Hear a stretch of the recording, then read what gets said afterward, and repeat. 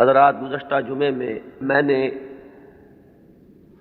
کچھ اشارہ کیا تھا کہ آج امام مہدی کے بارے میں جو ہمارے ہاں تصورات ہیں ان کے موضوع پر کچھ گفتگو ہوگی۔ یہ اصل میں ایک سلسلے کی کڑی ہے۔ 12 ربیع الاول کو جو تقریر میں نے کی تھی قرآن اکیڈمی میں، ختم نبوت اور تکمیل رسالت کے موضوع پر، اس کے ایک ضمیمے کی حیثیت سے نزول مسیح کا مسئلہ زیر بحث آیا۔ اب ظاہر بات ہے کہ نزول مسیح سے پہلے رفع مسیح علیہ الصلاۃ والسلام کا مسئلہ ہے۔ چنانچہ میں نے پہلے تو ایک مفصل تقریر اس موضوع پر قرآن اکیڈمی ہی میں کی، اور پھر میرا ذہن چونکہ ادھر متوجہ ہوا کہ یہ اہم موضوع ہے، اس پر زیادہ وسیع حلقے میں بھی گفتگو ہونی چاہیے، تو 2 جمعوں میں بھی اس موضوع پر گفتگو ہوئی، بلکہ 3 جمعوں میں گفتگو ہو چکی ہے۔ بعض ضمنی مسائل وہ تھے اس مسئلے سے متعلق جن پر پچھلے جمعے میں گفتگو ہوئی۔ اب آج اسی ضمن میں چونکہ ایک مسئلہ جنہیں عام طور پر امام مہدی کہا جاتا ہے ان کا بھی ہے، اور اس کا تعلق اس پہلو سے بھی ہے کہ آن جہانی غلام احمد قادیانی نے جہاں مسیح موعود ہونے کا دعویٰ کیا، وہاں مہدی معہود ہونے کا دعویٰ بھی کیا، اور ایک نہایت ضعیف روایت کا سہارا لے کر کہ لا مہدی الا عیسیٰ، انہوں نے اپنی ذات میں ان دونوں وعدوں کو جمع کر لیا کہ جن احادیث میں حضرت مسیح علیہ السلام کے نزول کی خبر دی گئی ہے وہ بھی مسیح عیسیٰ ابن مریم نہیں بلکہ مسیل مسیح، وہ میں ہوں، اور جن احادیث میں امام مہدی کے بارے میں اخبار ہیں وہاں بھی در حقیقت جس شخصیت کے ظہور کی پیشین گوئی کی گئی ہے وہ میں ہی ہوں۔ تو ایک ہی شخصیت میں یہ دونوں پیشین گوئیاں جو ہے احادیث کی ان کو اس نے جمع کر لیا، اور یہ بات سامنے رہے کہ اس شخص سے اپنے آپ کو منسوب کرنے والے جو 2 گروہ ہمارے ہاں ہیں، ایک وہ کہ جنہیں ہم اصل قادیانی یا اب ربوائی کہتے ہیں، اور دوسرے وہ کہ جو لاہوری کہلاتے ہیں، یہ دونوں ان دونوں دعووں کے بارے میں متفق ہیں۔ اختلاف ایک اضافی دعوے کے بارے میں ہے، وہ اپنی زندگی کے آخری دور میں صریحاً نبوت کا دعویٰ ہے جو غلام احمد قادیانی نے کیا۔ اس دعوے کے بارے میں کچھ تعویلوں کے حوالے سے لاہوری جماعت منکر ہے کہ وہ دعویٰ ہوا ہی نہیں، یا یہ کہ اس کی تعویل ایسی کرتے ہیں کہ موقف ان کا یہ ہے کہ ہم غلام احمد کو نبی نہیں مانتے بلکہ ہم مسیح موعود اور مہدی معہود مانتے ہیں۔ تو جہاں تک ان دونوں دعووں کا تعلق ہے، ان میں یہ دونوں جماعتیں مجتمع ہیں، ان کو ان دونوں حیثیتوں سے ماننے والے یہ ہیں، صرف جو فرق ہے ان کے مابین وہ نبوت کے دعوے کے بارے میں۔ اب اس مسئلے پر اس تمہید کے بعد جو بات میں کرنا چاہتا ہوں جو اہم ترین ہے وہ یہ ہے کہ امام مہدی کا جو تصور ہمارے ہاں ہے اس میں ذہنوں میں بڑا انتشار ہے، کنفیوژن ہے، اس لیے کہ 2 مہدی جمع ہو گئے۔ ایک تصور مہدی کا وہ ہے جو اہل تشیع کے ہاں ہے، اور ایک تصور مہدی کا وہ ہے جو اہل سنت کے ہاں ہے۔ ان دونوں میں زمین و آسمان کا فرق ہے۔ صرف ایک لفظی اشتراک نے، ایک نام کے مشترک ہونے نے ذہنوں کے اندر بہت سے مغالطوں کا جال جو ہے وہ پھیلا دیا ہے۔ اس کے لیے مجھے جو بنیادی فرق ہے اہل سنت میں اور اہل تشیع میں، اس میں سے ایک موضوع پر گفتگو کرنی ہوگی۔ اہل سنت کا جو مجمع علیہ عقیدہ ہے، اسی سے ہم نے گفتگو شروع کی تھی، وہ ختم نبوت۔ نبی اکرم صلی اللہ علیہ وسلم پر ہر نوع کی نبوت ختم ہو چکی، آپ کے بعد کوئی نبی نہیں ہے، نہ کوئی ذلی ہے، نہ بروزی ہے، نہ جزوی ہے، نہ کلی ہے، نہ صاحب شریعت ہے، نہ بغیر شریعت ہے، نہ صاحب کتاب ہے، نہ بغیر کتاب۔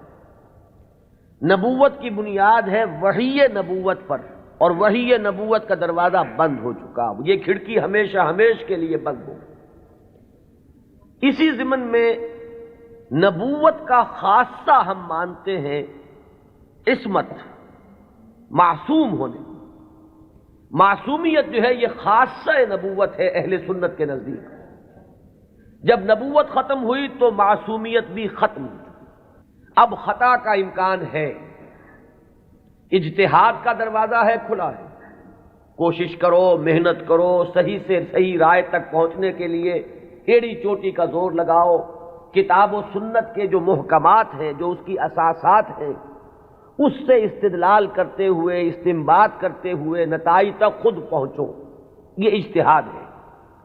اس اجتہاد میں جہاں ثواب کا امکان ہے، خطا کا بھی۔ ثواب یہاں سے والا ثواب نہیں، صاد والا ثواب، جس سے آپ بولتے صائب الرائے، وہ شخص کہ جس کی رائے صحیح ہوتی ہے۔ تو ثواب کا بھی امکان ہے کہ صحیح رائے تک انسان پہنچ جائے، اور خطا کا بھی احتمال ہے۔ یہ جو خطا کا احتمال ہے، اگر پوری نیک نیتی سے خطا ہوئی ہو، انسان کی اپنی نیت میں کوئی فساد نہ ہو، اس کے اپنے اندر کوئی اس کے ارادوں میں کجی نہ ہو، تو اگر خلوص اور اخلاص کے ساتھ ایک مجتہد غلطی کرتا ہے، خطا کرتا ہے، ہمارا موقف یہ ہے کہ اسے بھی اجر ملے گا، اکیرا اجر ملے گا، اس لیے کہ اجتہاد کا مادہ وہی جہد ہے۔ اس نے خلوص کے ساتھ محنت کی ہے، جد و جہد کی ہے، مطالعہ کیا ہے، غور و فکر کیا ہے، کتاب و سنت کی نصوص کو کھنگالا ہے، اس نے ایک رائے قائم کی ہے۔ اس رائے کے قائم کرنے میں اگر وہ بربنائے طب بشری کسی خطا کا مرتکب ہو گیا ہے تو یہ اس کے دسترس سے، اس کے اختیار کے دائرے سے باہر ہے، لہذا اسے اس کی محنت کا اجر و ثواب ضرور ملے گا۔ تو مجتہد مخطی کے لیے اکیرا ثواب ہے، اور مجتہد مصیب یعنی جو ثواب تک پہنچ گیا، صحیح رائے تک پہنچ گیا، اس کے لیے دوہرا اجر۔ یہ معاملہ میں نے اس سے پہلے بھی ایک مرتبہ عرض کیا تھا کہ ہمارے ہاں اتنا قطعی ہے کہ ہمارے نزدیک حضرت ابو بکر بھی معصوم نہیں ہے، حالانکہ بالاتفاق وہ سب سے افضل ہے پوری نوع انسانی میں انبیاء کے بعد، افضل البشر بعد الانبیاء بالتحقیق، صرف اس امت میں نہیں، کل نوع انسانی میں۔ جیسے کہ محمد الرسول اللہ صلی اللہ علیہ وسلم تمام انبیاء سے، تمام رسولوں سے افضل ہیں، اسی طرح آپ کی امت کے جو صدیق اکبر ہیں وہ تمام امتوں کے صدیقین سے افضل ہیں۔ افضل البشر بعد الانبیاء بالتحقیق ابو بکر الصدیق رضی اللہ تعالیٰ عنہ۔ اب آپ سوچئے، ہماری یہ رائے ہے، کسی کی ہو یا نہ ہو اس سے اس وقت سروکار نہیں ہے، ہماری یہ رائے ہے، اور پھر بھی ہم کہتے ہیں کہ ابو بکر بھی خطا سے محفوظ نہیں، معمول نہیں، ان سے بھی خطا کا امکان ہے، وہ معصوم نہیں ہے۔ عصمت جو ہے وہ خاصہ نبوت ہے، وہ محمد کے ساتھ ختم ہو گئی صلی اللہ علیہ وسلم۔ ابو بکر سے خطا ہو سکتی ہے، عمر سے ہو سکتی ہے، عثمان سے ہو سکتی ہے، علی سے ہو سکتی ہے، ہر شخص سے ہو سکتی ہے۔ اگر ان چار سے ہو سکتی ہے تو بقیہ پوری نوع انسانی تا قیام قیامت جو آنے والی ہے ان میں کوئی ان سے افضل نہیں ہو سکتا، بات ختم۔ لیکن اہل تشیع کا عقیدہ یہ ہے کہ نبوت کا دروازہ تو بند ہوا ہے، لیکن اس کے بعد امامت معصومہ کا ایک سلسلہ چل رہا ہے، اور یہ امامت معصومہ اہل بیت میں ہے۔ نبی اکرم صلی اللہ علیہ وسلم کی جو اولاد حضرت فاطمہ رضی اللہ تعالی عنہا سے چلی ہے، یہ اس میں امامت معصومہ کا ایک سلسلہ ہے کہ جو چل رہا ہے۔ تو آپ اچھی طرح جان لیجئے کہ ہمارے نقطۂ نگاہ سے تو وہ بھی ایک جزوی نبوت ہو گئی، جہاں خاصہ عصمت آ گیا، نبوت کا ایک جز آ گیا۔ تو ہمارے اور ان کے درمیان جو سب سے اہم اختلاف ہے یہ کہ صحابہ میں افضل کون ہے، یہ معاملہ تو کچھ لوگوں کے اپنے ذوق کا بھی ہو سکتا ہے، مزاج اور افتاد کا بھی ہو سکتا ہے۔ ظاہر بات ہے کہ پسند ناپسند پر تو انسان کو اختیار بھی نہیں ہو سکتا۔ میں نے کئی مرتبہ عرض کیا کہ ایک ہی پودا ہے گلاب کا، اس پر پھول کھلے ہوئے ہیں، آپ کو کوئی ایک پھول زیادہ پسند آیا، آپ نے اس کو لے لیا، اور آپ بتا بھی نہیں سکیں گے کہ اس میں آخر سبب کیا ہے، آپ نے دوسرے پھولوں کو چھوڑ کر اسے کیوں منتخب کیا؟ تو یہ معاملہ اتنا بنیادی نہیں ہے، اگرچہ ہمارے نزدیک صحابہ کرام میں افضلیت کا ایک پیٹرن ہے اور وہ معین ہے کہ پوری امت میں افضل ترین 4 خلفاء ہیں، اور ان میں ترتیب فضیلت جو ہے وہ ترتیب خلافت کے مطابق ہے۔ ابو بکر ہیں، عمر ہیں، عثمان ہیں، پھر علی۔ ان کے بعد وہ 6 ہیں عشرہ مبشرہ میں سے، ان کے بعد اصحاب بدر ہیں، ان کے بعد اصحاب شجرہ ہیں، ان کے بعد تمام صحابہ ہیں، اور ان کے بعد پھر اب سلسلہ جو ہے وہ چلتا جائے گا۔ آگے بات میرٹ پر ہوگی، شخصی میرٹ پر، لیکن یہاں جو ہے معاملہ شخصی میرٹ کا نہیں ہے، یہاں تو معاملہ جو ہے معین ہے کہ یہ سیڑھیاں ہیں۔ تو یہ ہے ہمارا ایک موقف، لیکن میں پھر بھی عرض کروں گا کہ اس کو میں کوئی اہم عقیدے کی بات نہیں کہتا، یہ ایک ذوق کا معاملہ بھی ہو سکتا ہے۔ یہاں تک کہ امام الہند حضرت شاہ ولی اللہ دہلوی رحمۃ اللہ علیہ نے ایک بڑی عجیب بات لکھی، وہ یہ لکھتے ہیں کہ اگر میری طبیعت کو اس کے آزاد رجحان پر چھوڑ دیا جائے تو وہ فضیلت علی کی طرف زیادہ مائل ہے۔ کتنی سچی بات کہی ہے کہ میرے ذاتی رجحان کو، میری طبیعت کو، ایک ہے میرا ذوق، اگر اسے آزاد چھوڑ دیا جائے تو وہ کچھ فضیلت علی کی طرف زیادہ اس کا رجحان ہے، وہ زیادہ قائل ہے، لیکن مجھے حکم ہوا ہے کہ میں فضیلت کا اقرار کروں ابو بکر اور عمر اور عثمان کی۔ اب یہ ہے مقام، یہ جامعیت ہے، یہ توازن ہے۔ لہذا میں عرض کروں گا کہ اس مسئلے کو میں پھر بھی ثانوی کہوں گا، دوسرے درجے میں، لیکن یہ جو بنیادی بات ہے یہ بہت بڑا اختلاف ہے، اور ہمارے اعتبار سے تو در حقیقت یہ ایک جزوی نبوت ہے کہ جس کے قائل ہیں ہمارے یہ بھائی جو اپنے آپ کو اہل تشیع کہتے ہیں۔ بہرحال ان کا بھی آگے سلسلہ، یہ عام معلومات کے لیے بھی بات ہے کہ ذہنوں میں رہنی چاہیے، ہمیں اکثر و بیشتر بڑی بنیادی باتیں بھی اپنی تاریخ کی معلوم نہیں۔ ہم چونکہ سنی ہیں، سنیوں کے اختلافات تو ہم خوب جانتے ہیں، لیکن یہ کہ اہل تشیع میں اختلاف آگے کیا ہوئے ہیں اکثر و بیشتر ہمارے علم میں نہیں ہے۔ ان کا جو یہ معصوم امامت کا سلسلہ ہے، حضرت علی، حضرت حسن، حضرت حسین، حضرت حسین کے صاحبزادے حضرت علی بن حسین جنہیں امام زین العابدین کے نام سے پکارا جاتا ہے، پھر ان کے بیٹے ہیں محمد باقر، ان کے بیٹے ہیں جعفر، جن سے فقہ جعفری چل رہی ہے۔ یہ 6 امام تو ان کے ہاں متفق علیہ، ان میں تو یہ جو شاخ چلی ان میں کوئی اختلاف نہیں ہے کہ یہ سب کے نزدیک ان میں متفق علیہ ہے ان کی امامت، اور یہ سب امام معصوم شمار ہوتے ہیں۔ لیکن 7ویں امام پر آ کر ان کے ہاں ایک تقسیم ہو گئی۔ بڑے بیٹے اسماعیل تھے تو ان سے ان کے ماننے والے اسماعیلی کہلائے۔ اختلاف ہوا کہ اب امامت جو ہے حضرت جعفر صادق کی اولاد میں سے کس کی طرف منتقل ہوئی، اختلاف ہو گیا۔ بڑے بیٹے کے ماننے والے یہ کہلائے اسماعیلی، اور چھوٹے بیٹے سے جو چلا وہ پھر مسئلہ وہی چل رہا ہے۔ ان کے پھر مزید 6 امام ہیں، جن میں سے 11ویں امام جو ہے ان کے بارے میں ایک تو تاریخ کی روایت یہ ہے کہ وہ لا ولد فوت ہو گئے، اور ایک روایت جو اہل تشیع کے ہاں ہے وہ یہ ہے کہ ایک بچہ ان کے ہاں ہوا تھا جس کو انہوں نے اخفاء سے کہیں بھیج دیا باہر، اندیشہ یہ تھا کہ حکومت وقت اس کو قتل نہ کرا دے۔ وہ ہیں ان کے تصور میں امام مہدی، وہ جن کو بچا لیا گیا تھا وہ کہیں کسی غار میں روپوش ہیں، اور وہیں ہیں، آخری زمانے کے قریب ان کا ظہور ہوگا، وہ زندہ ہیں، غار میں موجود ہیں، ان کا ظہور ہوگا، وہ امام المہدی ہیں، اور ان کے آنے کے بعد پھر یہ مسلک بھی ظاہر بات ہے کہ اسلام ان کے نزدیک تو وہی ہے جسے وہ اسلام کہہ رہے ہیں، یعنی شیعیت جسے ہم کہتے ہیں، اس مسلک کی بھی فتح ہوگی، اور یہی اسلام جو ہے پھر پوری دنیا کے اوپر چھا جائے گا۔ انہیں قائم آل محمد بھی ان کے ہاں کہا جاتا ہے۔ تو یہ ہے تصور امامت کا اور امام مہدی کا شیعہ حضرات کے۔ چونکہ درمیان میں میں نے بات آپ کو ایک بتائی تھی کہ 7ویں امام پر آ کر اختلاف ہوا ہے، تو جو بڑے بیٹے اسماعیل سے جو سلسلہ چلا وہ بھی کچھ عرصے کے بعد 2 حصوں میں تقسیم ہو گیا۔ ان میں سے ایک حصہ ابھی چل رہا ہے کہ وہ امامت نسلاً بعد نسل چلی آ رہی ہے، وہ تو ہمارے ہاں کے یہ اسماعیلی ہیں۔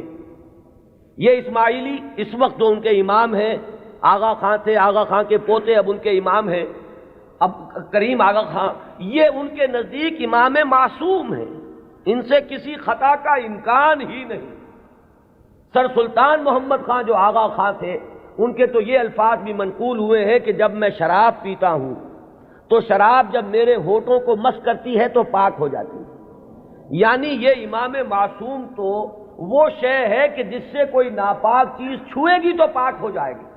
جیسے وہ تصور ہے کہ ایک چیز، ایک پتھر کوئی ایسا بھی ہے کہ جس کو وہ چھو لے وہ سونا بن جاتا ہے، تو اسی طریقے سے یہ امامت معصومہ کیا ہے اس کا آپ تصور کیجئے۔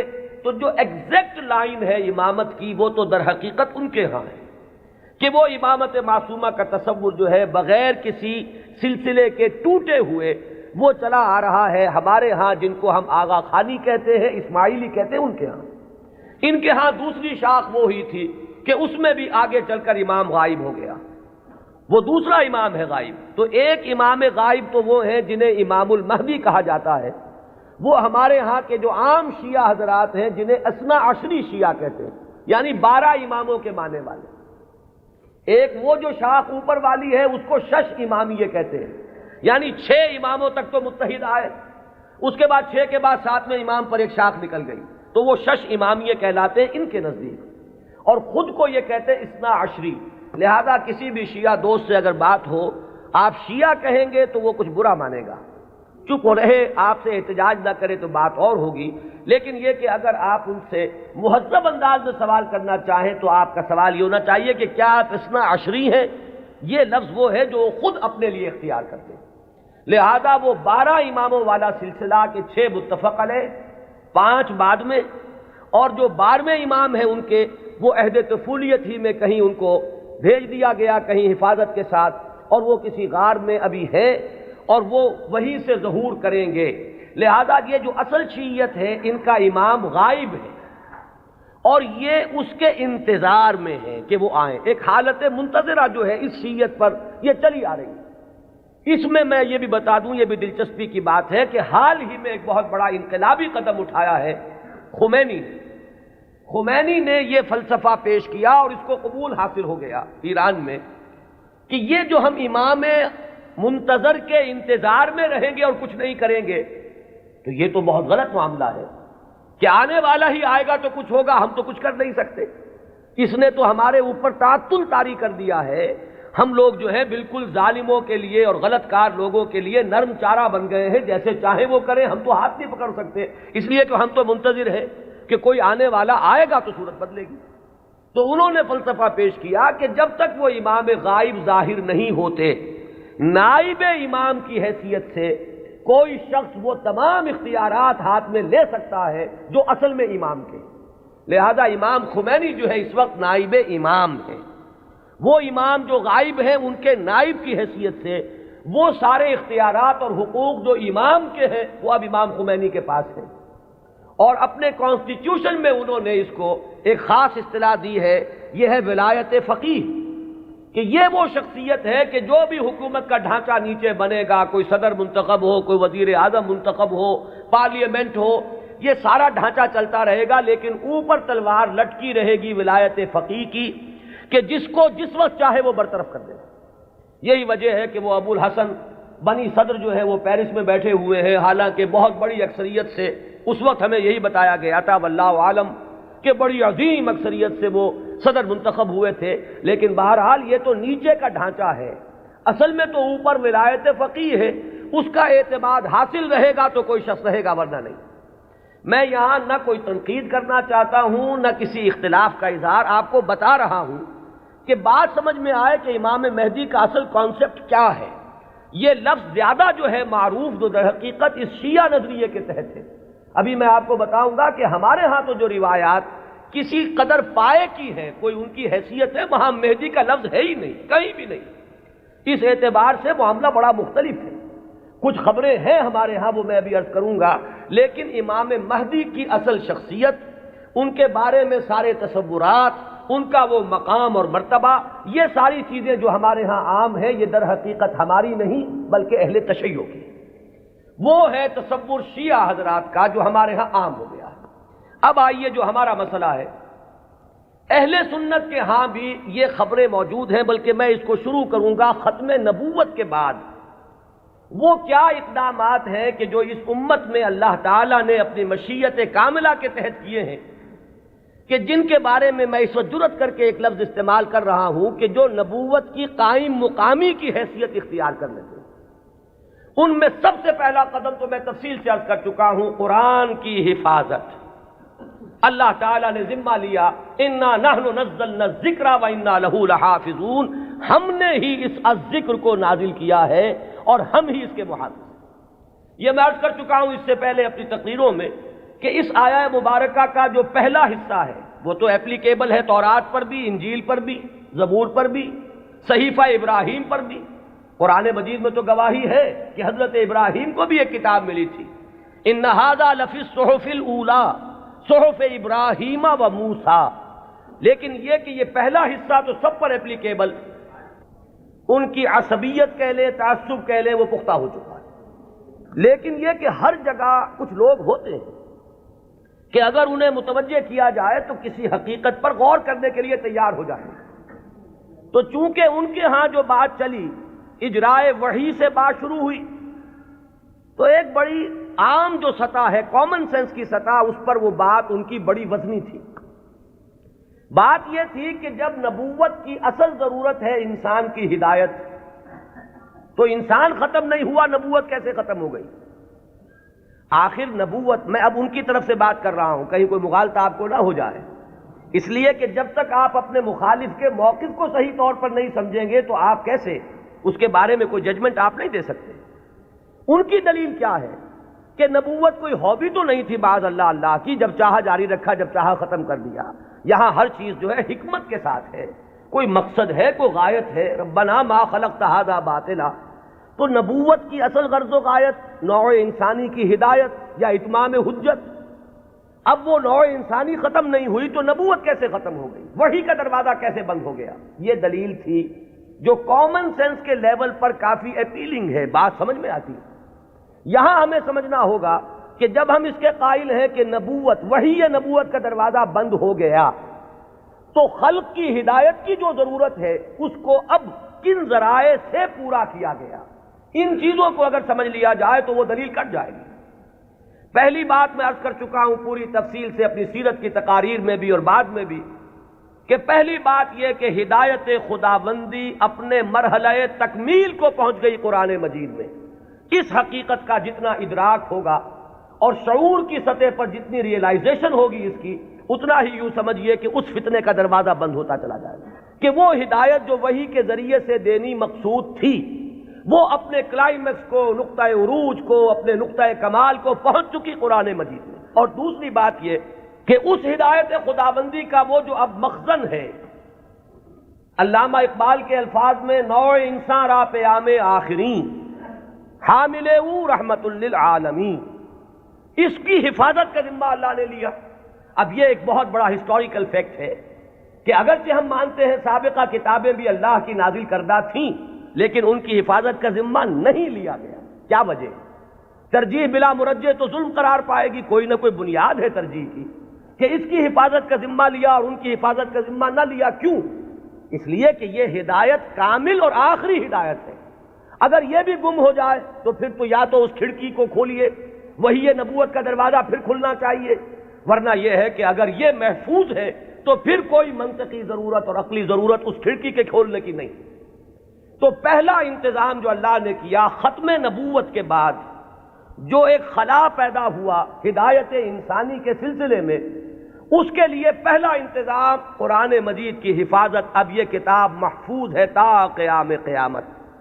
اس کے معنی میں لوگ گھپلا کر لیں، اس کے ترجموں میں تحریف ہو جائے، الہاد ہو جائے، ادھر موڑ لیں ادھر تروڑ لیں، خود بدلتے نہیں قرآن کو بدل دیتے ہیں، ہوئے کس درجہ فقیہان حرم بے توفیق۔ لیکن یہ ترجموں میں ہو سکتا ہے، تفسیروں میں ہو سکتا ہے، متن میں ممکن نہیں ہے۔ وہ ٹیکسٹ جو ہے ہمیشہ ہمیشہ کے لیے محفوظ رہے گا۔ پہلا انتظام یہ۔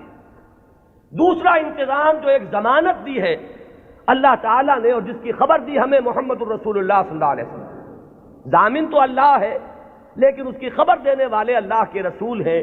آپ نے فرمایا، یہ دو اعتبارات سے احادیث آتی ہیں متفق علیہ روایت ہے، لا یزال من امتی امت قائمۃ بامر اللہ لا یضرهم من خذلهم ولا من خالفهم۔ میری امت میں ہمیشہ ایک گروہ ایسا موجود رہے گا جو امر اللہ پر پورے طور پر قائم رہے گا، جازم رہے گا۔ نہ تو کوئی شخص جو ان سے روگردانی کرے گا، علیحدگی اختیار کرے گا، چھوڑ کر جائے گا، نہ تو وہ کوئی نقصان پہنچا سکے گا اس گروہ کو، اور نہ کوئی جو کھلم کھلا مخالف ہے وہ انہیں کوئی غضب پہنچا سکے گا، اور یہ معاملہ اسی طرح رہے گا یہاں تک کہ قیامت آ جائے گی۔ یہ دوسری ضمانت ہے کہ اس امت میں ایک گروہ ہمیشہ حق پر قائم رہے گا، اس لیے کہ ہدایت کا صرف نظری اعتبار سے کتاب میں محفوظ رکھنا کافی نہیں ہے۔ اگر یہ بات ہوتی تو پھر انبیاء کے آنے کی ضرورت نہیں تھی، اللہ تعالیٰ کسی اپنے غیبی طریقے سے کتابیں نازل کر دیتا۔ کتاب کے ساتھ کوئی شخصیت جو ہے موجود رہنی چاہیے، کوئی گروہ انسانی موجود رہنا چاہیے جو اس کتاب پر قائم ہو، جو اس کتاب کا عملی نمونہ پیش کر سکے۔ لہذا دوسری ضمانت یہ دی گئی، اور اس کی مختلف روایات اور بھی آتی ہیں، لا تزال فی امتی طائفۃ قائمین علی الحق، میری امت میں لازماً ایک گروہ ہمیشہ ایسا رہے گا جو حق پر قائم رہے گا، ایسی جماعت سے کبھی بھی دنیا بالکل خالی نہیں ہوگی۔ یہ ضمانت میں پھر عرض کر رہا ہوں کس کی ہے؟ اللہ کی۔ یہ در حقیقت اسی ضرورت کو پوری کرنے کا اہتمام ہو رہا ہے جو ختم نبوت کے بعد جو بھی خلا پیدا ہوا ہدایت انسانی کے اعتبار سے، اس کا جو پر کیا جانا ہے وہ ان چیزوں سے۔ یہی بات آپ کو ملے گی منفی اسلوب میں بھی، یہ تو مثبت ہے۔ منفی طور پر حضور نے فرمایا کہ میری امت کبھی گمراہی پر جمع نہیں ہوگی، لا تجمع امتی علی الضلالہ۔ اگر تو کبھی ایسا ہو جائے پوری امت محمد صلی اللہ علیہ وسلم گمراہی پر جمع ہو جائے تو نفی ہو جائے گی اس قول کی کہ میری امت میں ہمیشہ ایک گروہ حق پر قائم رہے گا، قائمین علی الحق۔ تو بات ایک ہی ہے، ایک اس کا مثبت انداز ہے، اور ایک اس کا منفی پہلو ہے کہ لا تجمع امتی علی الضلالہ، میری امت کبھی بھی گمراہی پر جمع نہیں۔ اسی ضمن میں ایک تیسری جو ضمانت دی ہے وہ ضمانت وہ ہے جسے ہم مجددین امت کے نام سے جانتے ہیں۔ ایک سلسلہ مجددین ہے جس کی خبر دی گئی ہے کہ ان اللہ یبعث فی هذه الامہ علی راس کل 100 عام من یجدد لها دینها۔ اللہ تعالیٰ نے خاص اہتمام فرمایا ہے کہ اس دین پر اگر کچھ اور بیرونی اثرات آتے چلے گئے، کچھ پردے پڑتے چلے گئے، کچھ گردہ ادھر ادھر سے آ کے جمع ہو گیا، کچھ بدعات کا طومار آ گیا، کوئی غلط نظریات جو ہے انہوں نے آ کر تسلط حاصل کر لیا، تو ہر 100 سال کے بعد ہر صدی کے سرے پر اللہ تعالیٰ ایک ایسی شخصیت کو اٹھائے گا کہ جو اس پورے دین کو اثر نو بالکل خالص شکل میں پیش کر دے گا۔ سارا ادھر ادھر کا گند جو آیا تھا اس کو دھو دے گا، سارے جو اضافے ہوئے تھے اس سے اس کو پاک کر دے گا، جو بھی عجمی یا جو غیر اسلامی تصورات آئے ہوئے ہوں گے انہیں دھو دے گا، جو رسوم کے اندر اور مراسم کے اندر جتنے بھی نئی بدعات جاری کی گئی ہوں گی ان سے بھی بالکل نکھار کر جو اصل ہے چہرہ اس دین حق کا، دین محمدی علیہ صاحب الصلاۃ والسلام کا، اسے نکھار کر اصل صورت اس کی پھر واضح کر دے گا۔ یہ ہے جنہیں ہم مجددین امت کہتے ہیں۔ اور یہ جان لیجئے کہ اس کا اگرچہ جن لوگوں کو ہم نے قرار دیا ہے کہ وہ اس امت کے مجددین ہیں، ہمارے ہاں نہ مجدد معصوم ہے۔ اب اختلاف رکھیے، یہاں پر فرق ذہن میں رکھیے۔ میں نے تو آپ کو بتایا کہ مجدد کہاں ہے، حضرت ابو بکر سے بڑھ کر تو کوئی افضل نہیں، لیکن وہ بھی معصوم نہیں ہے۔ وہ سلسلہ امامت کا کانسیپٹ بالکل جدا ہے، اس کی بنیاد جدا، اس کا تصور جدا، اس کے ساتھ جتنے بھی معاملات جو ہیں متعلق ہیں وہ سب بالکل مختلف ہیں۔ اور یہ جو سلسلہ مجددین امت ہے یہ کانسیپٹ کے اعتبار سے بنیادی طور پر مختلف ہے۔ کوئی ہمارا ہندوانہ پس منظر ہے جو اثر انداز ہو رہا ہے، کوئی مغربی تہذیب نے آ کر کوئی اپنا غازہ مل دیا ہے، ان سب کو ہٹا کر وہ دین کی اور شرع مبین کی جو اصل اور صاف صورت ہے اس کو اثر نو اجاگر کر دو۔ یہ ہے کار تجدید۔ ہم نے کوشش کی ہے، اور اس میں اختلاف ہو سکتا ہے کہ ایک گروہ جو ہے وہ کسی کو مجدد سمجھ رہا ہو، ایک گروہ کسی اور کو مجدد سمجھ رہا ہو۔ جیسے جیسے زمانہ آگے چلتا ہے ماضی کے بارے میں تو رائیں کچھ نہ کچھ ایک جیسی ہوتی چلی جاتی ہیں، لیکن یہ کہ ہم عصر لوگوں میں ہمیشہ اختلاف رہے گا۔ گروہ رہیں گے وہ سمجھیں گے کہ شاید یہ مجدد ہیں، ان کی خدمات ایسی ہیں کہ دین کی اصل شکل کو انہوں نے واضح کیا ہے، اور اوہام اور رسومات کا جو اس کے اوپر طومار آ گیا تھا اسے انہوں نے پاک کیا ہے۔ تو کوئی کسی کو مجدد مان لے، کوئی کسی کو مجدد مان لے، یہ کوئی عقیدے کا مسئلہ نہیں ہے، کسی کے مجدد ماننے سے کوئی فرق واقع نہیں ہوتا۔ چنانچہ اس صدی میں 14ویں صدی میں یہ معاملہ دیکھیے کہ اگرچہ امت تو ہے، کہاں آپ چلے جائیے انڈونیشیا اور ملائیشیا سے موریتانیہ تک، میں نے کئی مرتبہ عرض کیا یہ تو سالڈ علاقہ ہے نا امت مسلمہ کا۔ کہیں ٹھیک ہے وہ اس طرح سے آزاد اور خود مختار نہیں ہے جیسے ہندوستان میں ہے، لیکن امت محمد تو موجود ہے، اور جو ان آفیشل ایسٹیمیٹس ہیں اس کے اعتبار سے اس وقت بھارت میں 15 کروڑ مسلمان ہیں۔ 12 کروڑ سے کم تو کسی نے نہیں مانا، جو بڑے بڑے سنجیدہ لوگ ہیں، جو کسی طرح کے مبالغے اور کسی قسم کی سیاسی کوئی مبالغے کے اندر آنے والے نہیں ہیں، انہوں نے بھی کہا کہ 12 کروڑ سے تو کوئی سوال ہی نہیں ہے کہ مسلمان کم ہو، البتہ یہ کہ لوگوں کا اندازہ 15 کروڑ تک جا رہا ہے۔ تو امت وہاں سے وہاں تک پھیلی ہوئی ہے۔ اب ان میں کتنے مجددین پیدا ہوئے ہوں گے، کتنے خادمین دین پیدا ہوئے ہوں گے، کتنے لوگوں نے محنتیں کی ہوں گی۔ ایک ہی وقت میں وہاں حسن بننا ہے مصر میں، یہاں مولانا مودودی بھی ہیں، یہاں مولانا الیاس صاحب بھی ہیں، یہاں مولانا اشرف علی تھانوی بھی ہیں، یہاں مولانا رشید احمد گنگوہی بھی ہیں، اور بھی بہت سے لوگ ہیں جن کے بارے میں کسی کو کسی کے بارے میں، کسی کو کسی کے بارے میں خیال ہو سکتا ہے۔ یہ تو در حقیقت فیصلہ ہوا کرتا ہے 2-3 صدیوں کے بعد، پھر جا کر زیادہ انسان آبجیکٹیولی اندازہ کر سکتا ہے کہ کس کی کیا کنٹریبیوشن ہے۔ وہ وقتی قسم کے جو تصورات ہوتے ہیں، کچھ عصبیتیں ہوتی ہیں، کچھ تعصبات ہوتے ہیں، کچھ گروہی قسم کے اثرات ذہنوں پر ہوتے ہیں، تو وقتی طور پر تو فیصلہ کرنا بہت مشکل ہوتا ہے، یہ بعد میں آتا ہے۔ یہی وجہ ہے کہ ابتدائی مجددین کے بارے میں تو ہمارے ہاں تقریباً کنسنسس ہے، اب اتفاق رائے ہے کہ فلاں مجدد فلاں مجدد فلاں مجدد فلاں مجدد، آگے چل کر تو اختلاف ہو جائے گا۔ ہمارے ہاں جو بریلوی بھائی ہمارے ہیں وہ مولانا احمد رضا خان بریلوی کو اس دور کا مجدد کہتے ہیں۔ دیوبندی حضرات میں بھی میں نے 2 گروہ پائے ہیں، ایک وہ جو مولانا رشید احمد گنگوہی کو اس صدی کا مجدد سمجھتے ہیں، اور ایک جو مولانا اشرف علی تھانوی کو اس صدی کا مجدد سمجھتے ہیں۔ اور مولانا اشرف علی تھانوی صاحب کے معتقدین کا عالم تو یہ ہے کہ مولانا عبد الباری ندوی جیسا شخص، بڑی اونچی علمی شخصیت ہے ہندوستان کی، انہوں نے جو کتاب لکھی ہے ان کی سوانح پر، اس کا نام ہے جامع المجددین، صرف مجدد نہیں، تمام مجددین کے اوصاف ان میں جمع ہو گئے۔ بہرحال یہ محبت اور عقیدت، کسی سے تعلق خاطر، یہ اس کے اثرات ہیں کہ جو فوری طور پر ہوتے ہیں۔ اسی طریقے سے چاہے مودودی صاحب نے ہرگز اس کا دعویٰ نہیں کیا، میں خود گواہ ہوں اس کا، میں ان کے ساتھ رہا ہوں، لیکن ہو سکتا ہے اور میں سمجھتا ہوں کہ بہت سے ان کے ماننے والوں کے ذہن میں ہے یہ بات کہ اس صدی کے اصل مجدد وہ تھے۔ یا مولانا الیاس صاحب رحمۃ اللہ علیہ کے بارے میں تو میں یہ ان کے عقیدت مندوں میں اس سے بہت آگے بات سمجھتا ہوں۔ وہ تو چونکہ کچھ روحانیت کا میدان بھی ہے تبلیغی جماعت میں، تو وہاں جو غلو ہے عقیدت کا وہ تو اس سے کہیں بڑھ کر ہے۔ تو یہ ساری چیزیں میں صرف اس لیے عرض کر رہا ہوں کہ اس میں کسی گھبرانے کی بات نہیں ہے، اس لیے کہ مجددیت جو ہے ہمارے ہاں کوئی ایسا منصب نہیں ہے کہ جس کو ماننے یا نہ ماننے سے کوئی ہمارے ایمان و اسلام میں فرق آتا ہو۔ اگر غلام احمد قادیانی کو صرف مجدد مانا گیا ہوتا کبھی تکفیر نہ ہوتی۔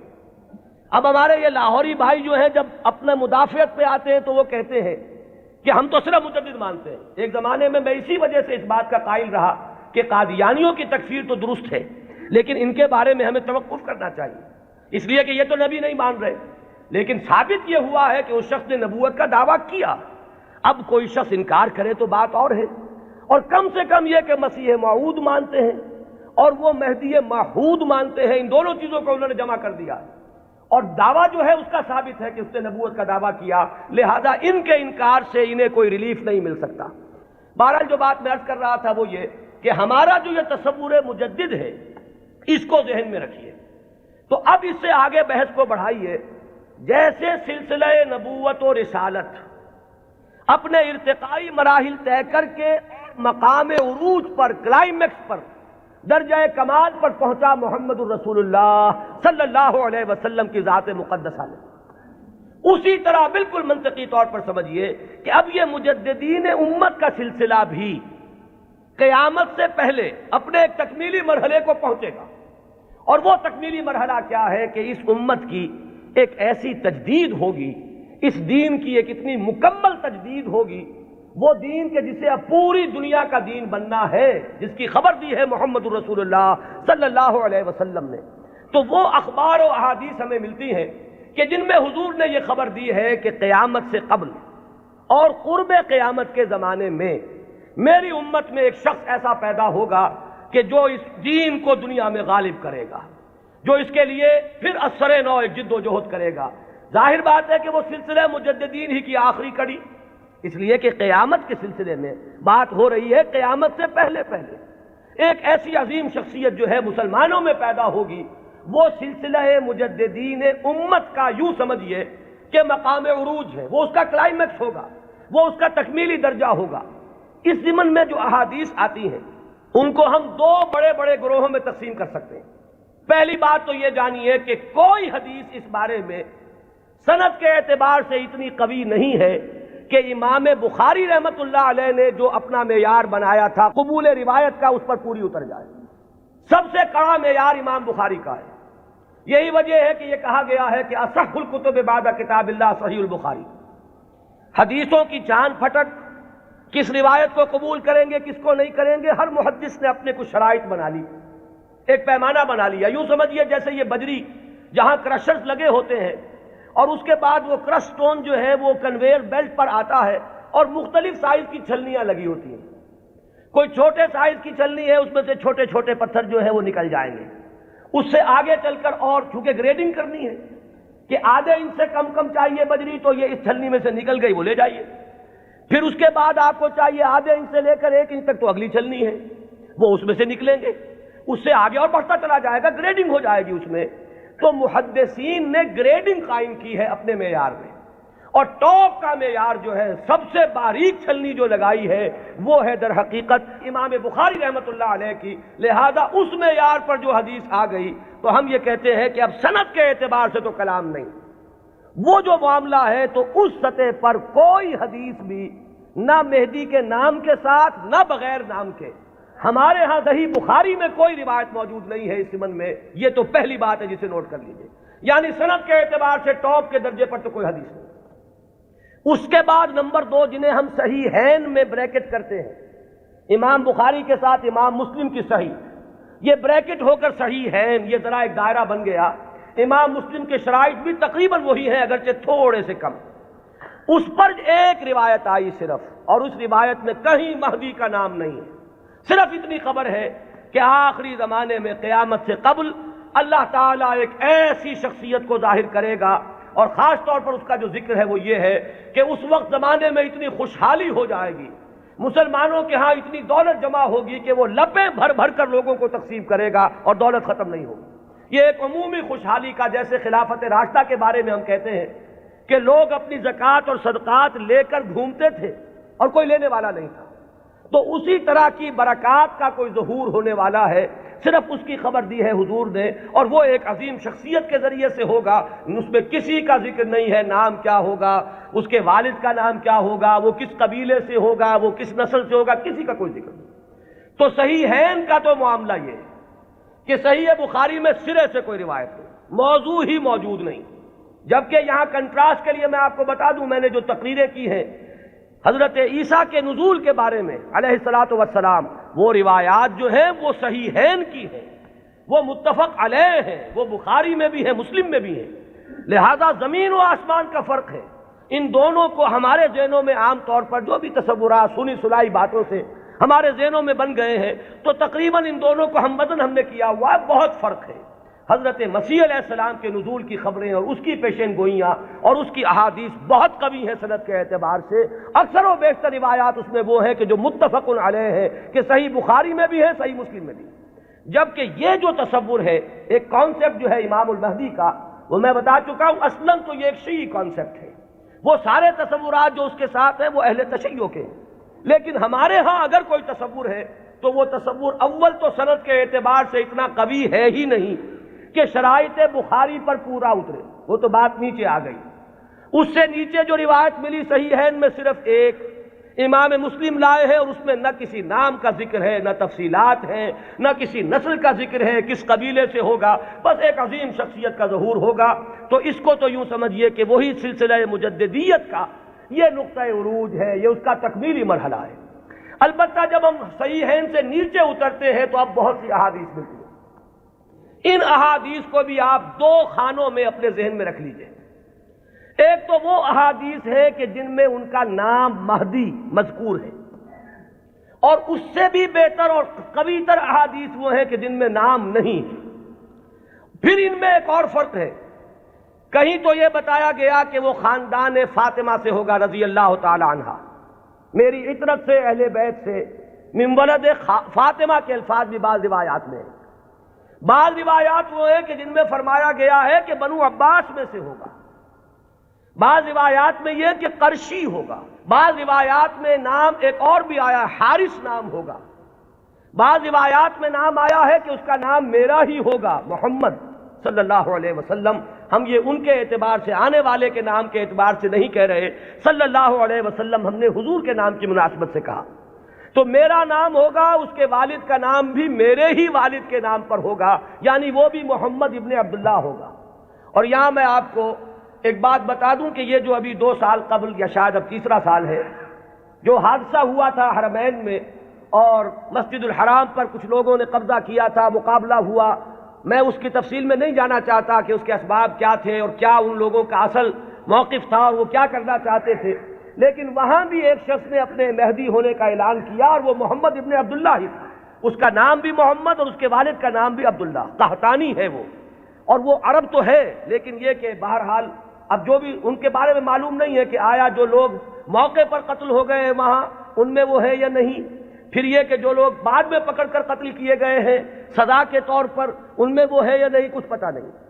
جو ان کا سب سے بڑا سرغنہ تھا اس کو تو بہرحال قتل کر دیا گیا ہے، لیکن جو اصل سرغنہ تھا وہ نہیں ہے، جس نے کہ دعویٰ کیا تھا کہ یہ مہدی ہے، جن کے بارے میں لوگوں نے کہا کہ ان سے بیعت کرو یہ مہدی ہے۔ تو وہ بہرحال ایک صرف میں نے برسبیل تذکرہ بات کہی ہے کہ وہ جو فرمایا گیا کہ نام میرے نام پر ہوگا اور والد کا نام بھی میرے والد کے نام پر ہوگا، یہ بھی بعض روایات میں ہے۔ لیکن یہ تمام روایات جو ہیں جیسا کہ میں نے عرض کیا کہ ان میں سے بہت ایک تو تعارض ہے، اختلاف ہے، تفصیلات میں بہت فرق و تفاوت ہے، تو اس سے بہرحال جہاں تک حدیث کے متن پر جرح کے لیے اور غور و فکر کے جو اصول بنے ہیں، حدیث پر جو غور و فکر ہوا ہے وہ 2 اعتبارات ہیں، سند پر یا متن پر۔ سند میں تو ہم یہ دیکھیں گے کس نے کس سے سنا، کس نے کس سے سنا، اس نے کس سے سنا، اس نے کس سے سنا، یہ چین متصل ہے یا کہیں ٹوٹتی ہے، 2 کڑیاں آپس میں ملی ہوئی ہیں کہ نہیں۔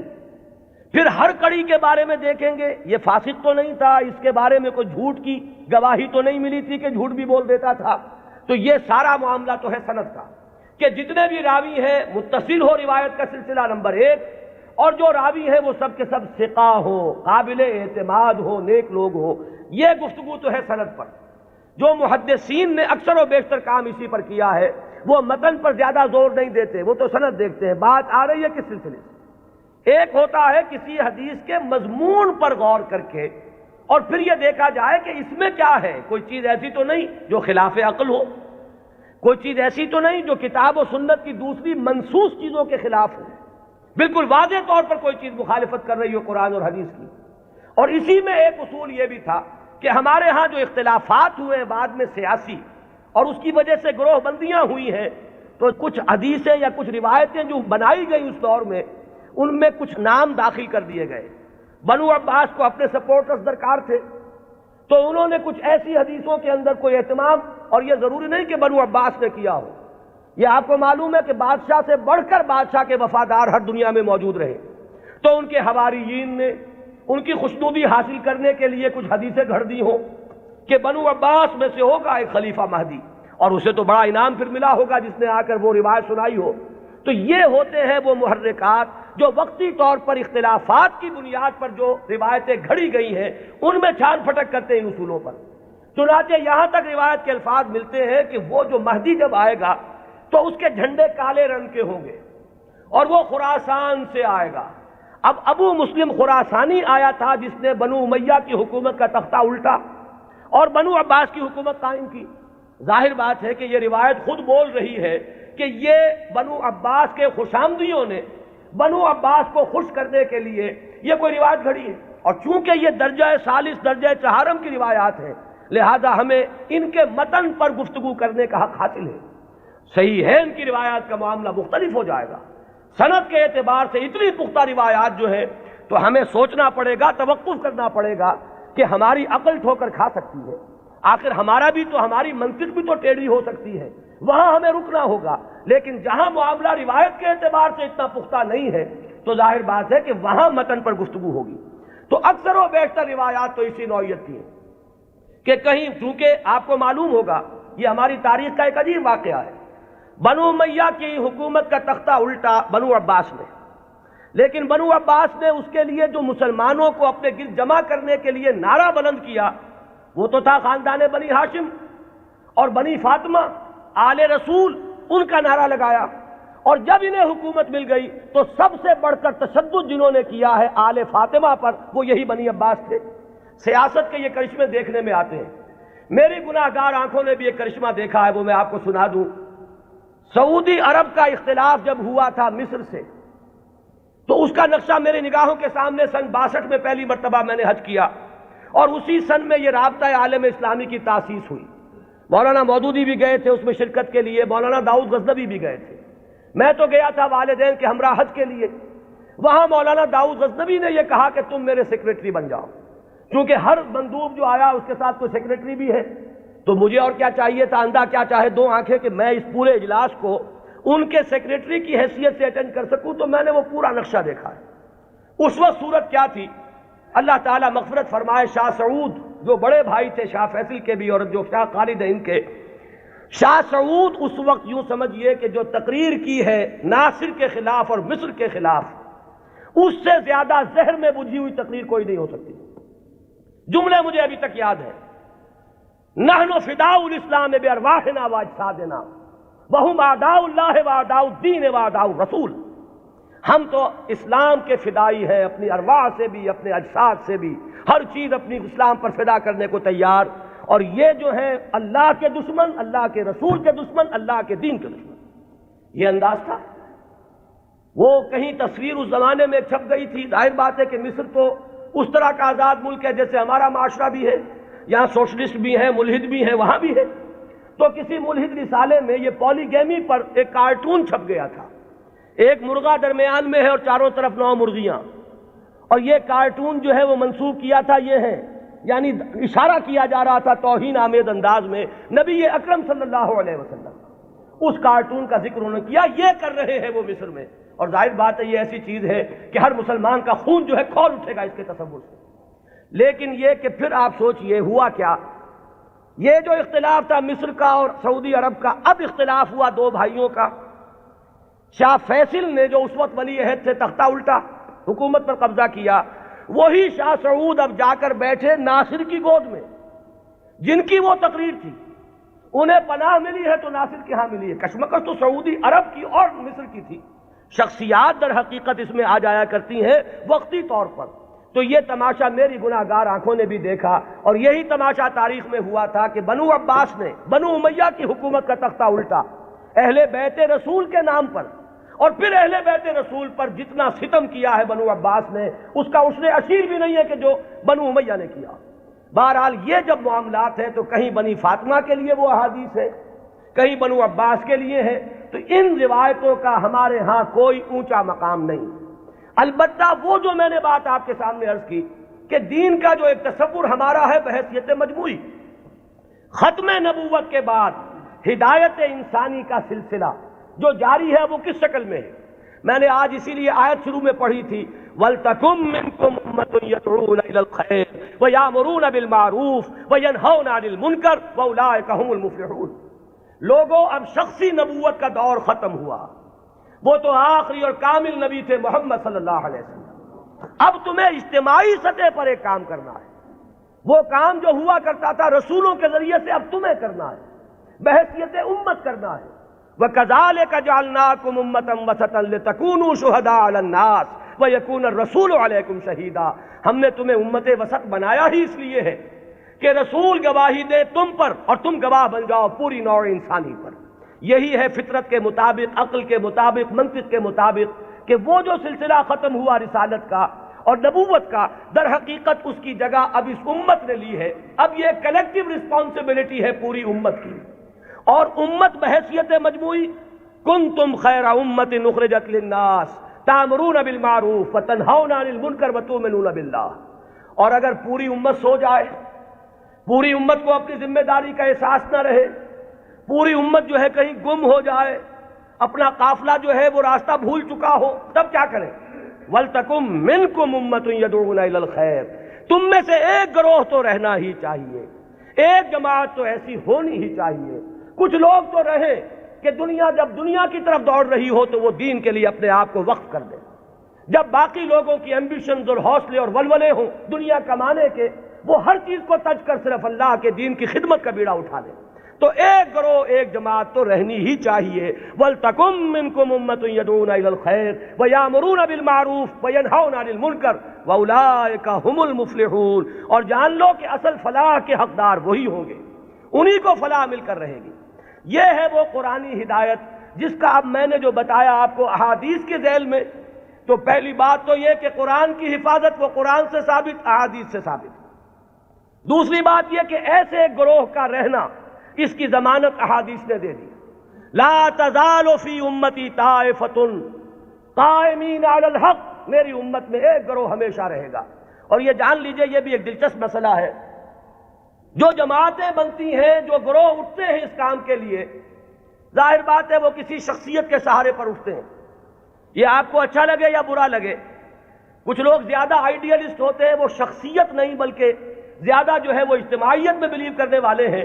ان حضرات کی توجہ کے لیے کہہ رہا ہوں کہ کام ہمیشہ جب بھی آپ دیکھیں گے کسی شخص سے شروع ہوا ہے. کوئی شخص جس کا کہ ذکر میں ابھی کر چکا کہ ان اللہ یبعث فی هذه الامہ علی راس کل مئۃ عام من یبعث لها دینہا. کوئی نہ کوئی شخص اٹھتا رہے گا کہ جو دین کو تمام جو باہر سے آئے ہوئے اثرات ہیں ان سے دھو کر اس کی صحیح شکل میں لوگ دنیا کے سامنے لے آئے گا. اب ظاہر بات ہے کہ وہ اکیلا تو نہیں ہوگا، اسی کی دعوت پر کچھ لوگ جمع ہوں گے.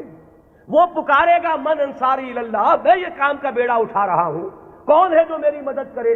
وہ جماعت وجود میں آئے گی. وہ ہے جماعت وَلْتَكُمْ مِنْكُمْ أُمَّةٌ يَدْعُونَ إِلَى الْخَيْرِ یا لَا تَزَالُ فِي أُمَّتِي طَائِفَةٌ قَائِمِينَ عَلَى الْحَقِّ. وہ جماعت ہوگی. اس کے بعد ہوتا کیا ہے حادثہ یہ بھی جان لیجئے، یہ بھی بہت مرتبہ ریپیٹ ہو چکا ہے. وہ جو گروہ، وہ جماعت جب ذرا آگے بات چلتی ہے تو وہ شخصیت جو ہے وہ بت بن جاتا ہے. اس کی محبت جو ہے وہ عقیدت میں بدل جاتی ہے. عقیدت شخصیت پرستی کا روپ دھارتی ہے.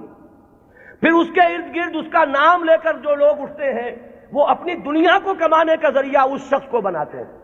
اس کا نام بیچتے ہیں، اس کی محبت بیچتے ہیں.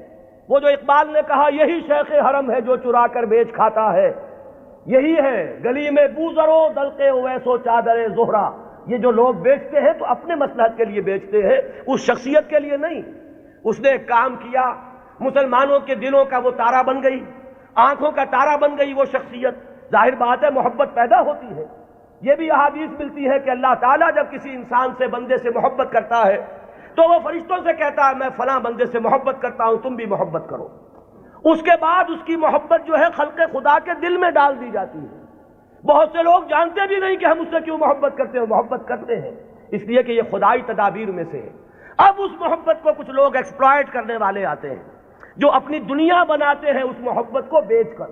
اس کے حوالے سے، اس کے ذریعے سے معلوم ہوا کہ اب وہ جماعت جو ایک دور میں کھڑی ہوئی تھی دین کی تجدید کے لیے، وہ خود ایک فرقہ بن کر اور ایک فتنہ بن کر ایک گمراہی کا ذریعہ بن جاتی. پھر اٹھاتا ہے اللہ کسی اور کو، اس لیے کہ سلسلہ تو چلنا ہے. نبوت ختم ہو چکی ہے، دین کی ہدایت کے اس پورے سلسلے کو تو برقرار رکھنا ہے تا قیام قیامت.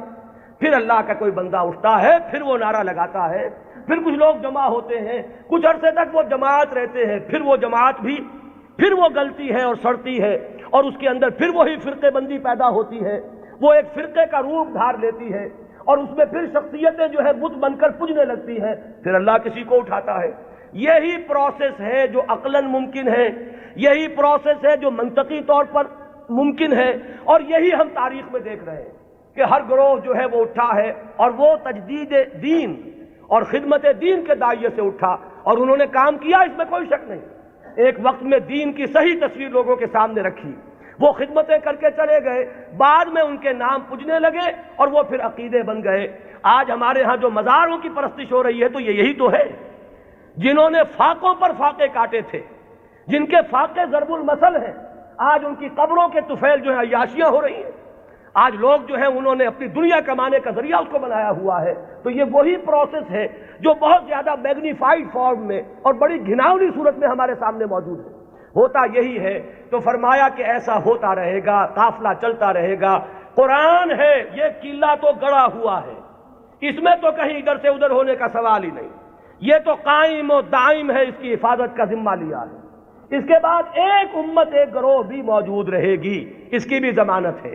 اور ظاہر بات ہے کہ امت یا گروہ، اما یا امو کہتے کسے ہیں؟ ایک امام ہوتا ہے جس کے پیچھے نماز ادا کرتے ہیں باجماعت، وہ امام ہے، اور امت کا لفظ بنا امام سے ہے، اما یا امو سے لفظ امت بنا۔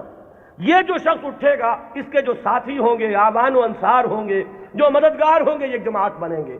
اور اس کے بعد جب یہ جماعت جو ہے، جب یہ زوال سے دو چار ہوگی، جب اس کے اندر فساد رونما ہو جائے گا، پھر وہ پروسیس اثر نو ہوگا۔